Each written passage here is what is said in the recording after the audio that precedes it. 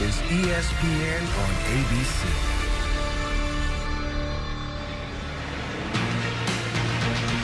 For the first time in 7 years, the Major League Baseball postseason takes center stage at Wrigley Field with the Wrigley faithful.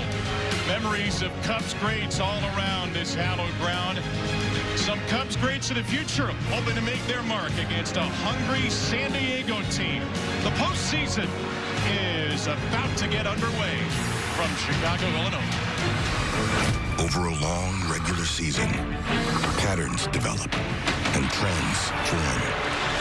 But each game is defined by moments made. That is gone! It's about to get wild. Now they're magnified because survival is on the line. That'll do it, and the Padres are headed back to the playoffs. The Cubs are headed to the postseason. Make enough moments and move on. The 11th walk-off win this season. Wow, what a catch. The 9th home run for the Yankees. Got it. 13th strikeout. He caught it! It's that simple and that hard. Major League Baseball's wild card.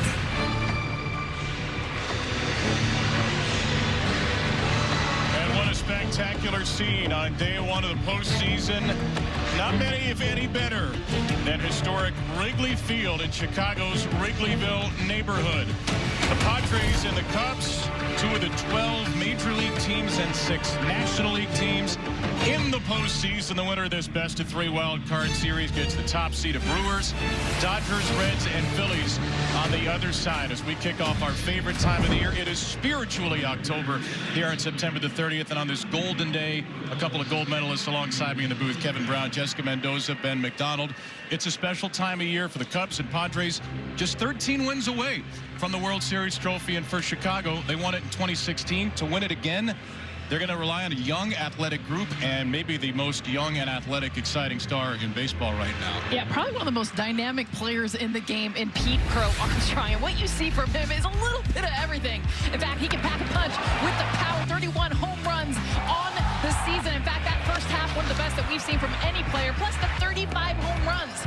First 30 in 30 years in a Cubs uniform. But for me, Kevin, it's the D. What he takes away with runs, the absolute athleticism he shows in every aspect of his game, and he's getting back to that first half production. In fact, 2 home runs, 350 batting average these last few games. And he really fits well a Cubs team that has a unique blend of power and speed. San Diego, on the other hand, not quite as much power, but a well-rounded group, and a group been in the midst of the best run in Padres history. Yeah, what, 4 of the last 6 years they've been in the playoffs now, back-to-back 90-win seasons for the first time in franchise history. And yeah, you get to the postseason, you're going to advance to the postseason. It's going to be because your stars showed up. Fernando Tatis Jr. has been outstanding. 13 games in the postseason.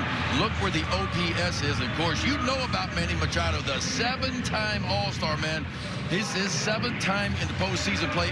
11 home runs in the postseason. That's 6th most forever in the history of baseball for a primary third baseman in the postseason. The second time the Padres and Cubs have met in the postseason, the first since the 1984 NLCS.